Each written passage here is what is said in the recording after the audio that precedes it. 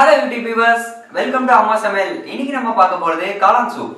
வணக்கம், நான் உங்க அம்மா சமையல் மீனாட்சி. காளான் சூப்புக்கு தேவையான பொருட்கள்: நறுக்கிய காளான் 1 கப்பு, நறுக்கிய வெங்காயம், நறுக்கிய பச்சை மிளகாய், கொத்தமல்லி, இஞ்சி பூண்டு பேஸ்ட்டு, கார்ன்ஃப்ளவர் மாவு, தேவையான அளவு உப்பு, தேவையான அளவு மிளகுத்தூள், தேவையான அளவு எண்ணெய். இப்போ நம்ம அடுப்பு பற்ற வச்சுட்டு கடாயை வச்சுருவோமா. கடாயை வச்சுட்டு காளான் சூப்பு பண்ண ரெடி பண்ணுவோம்.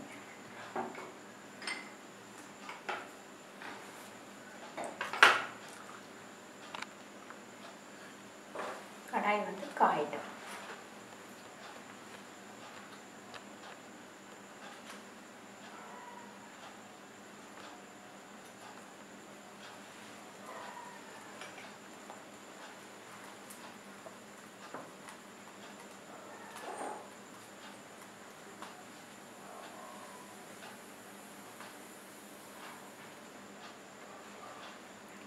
கடாய் காஞ்சோன்னா நம்ம இந்த காளான் சூப்புக்கு கொஞ்சம் எண்ணெய் நம்ம கூடவே விற்றணும். 2 ஸ்பூன் எண்ணெய் விட்டுருக்கேன்.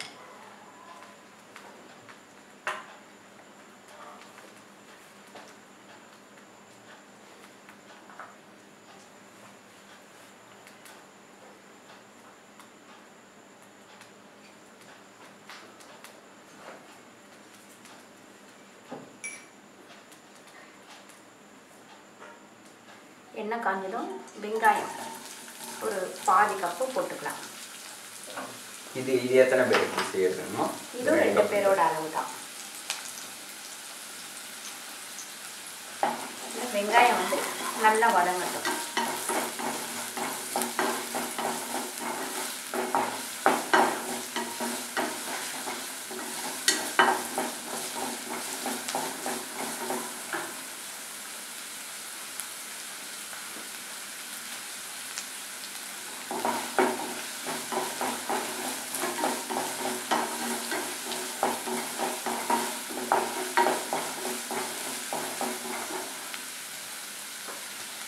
இப்போ நம்ம பச்சை மிளகாவை, இந்த காளான் சூப்புக்கு கொஞ்சம் காரம் தேவைப்படும், அதனால 1 ஸ்பூன் பச்சை மிளகாய் போட்டிருக்கேன்.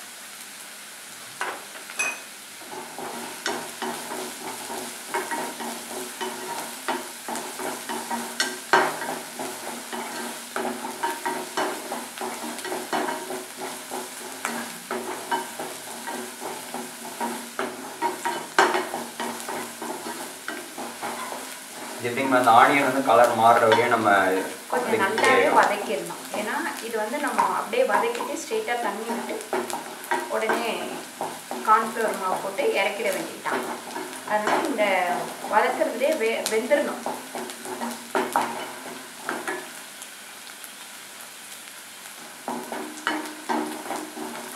இப்போ நம்ம காளானையும் போட்டு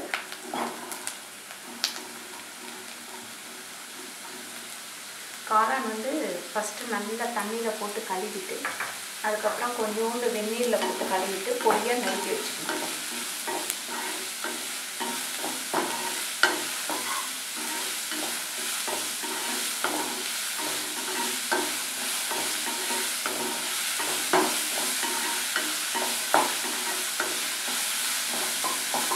நம்ம உப்பு போட்டு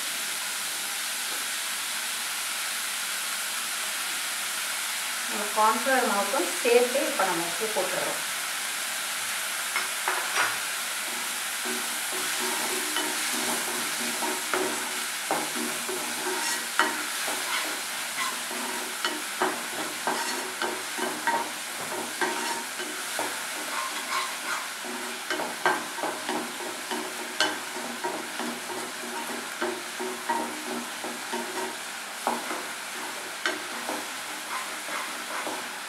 நம்ம உப்பு போட்டதுக்கு இந்த காளானில் உள்ள தண்ணி எல்லாம் வெளியே வந்து ரெண்டுமே அந்த தண்ணியிலேயே நல்லா வெந்துடும்.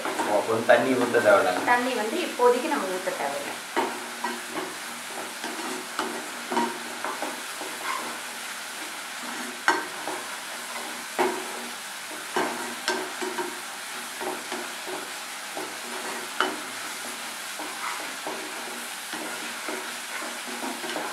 இஞ்சி பூண்டு பேஸ்ட்டு போட்டுக்கலாம்.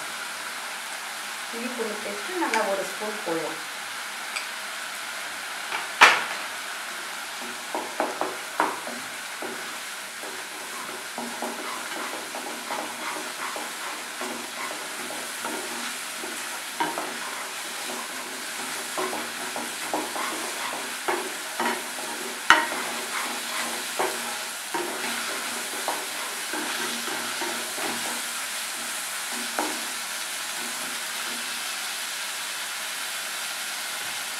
இப்போ நம்ம கொஞ்சம் தண்ணி விட்டு வேக விடலாம்.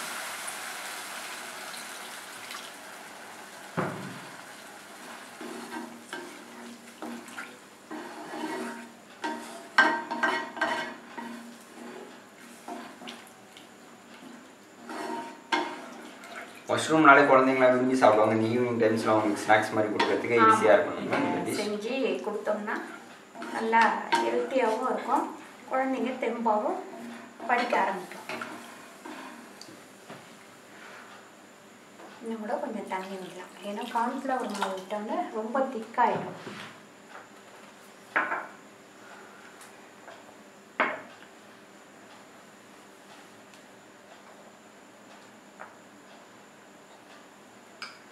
ஒரு 1.5 ஸ்பூன் கார்ன்ஃப்ளவர் மாவு போட்டு, இந்த கார்ன்ஃப்ளவர் மாவு வந்து வெறும் திக்னஸ் வரதுக்காக மட்டும் தான் நம்ம கலக்கிறோம், யூஸ் பண்ணுறோம். நல்லா கலக்கிட்டு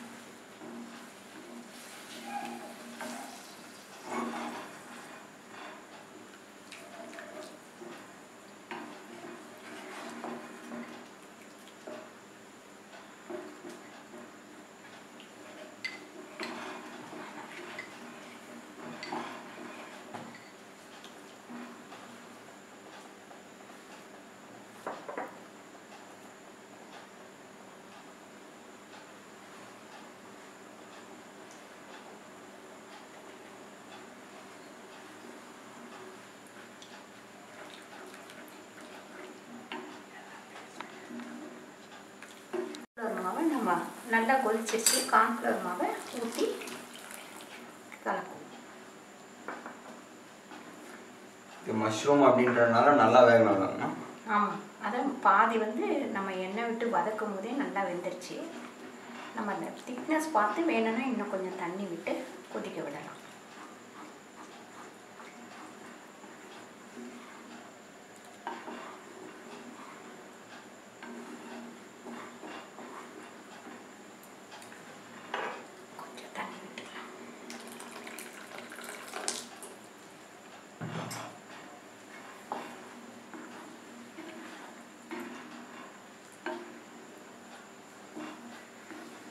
இப்போ நம்ம பெப்பர் தூள் கொஞ்சம் போட்டுருவோம்,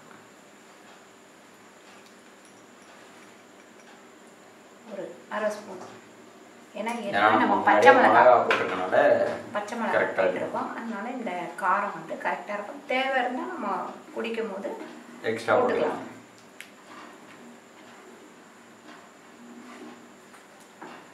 இப்போ நம்ம கொத்தமல்லி,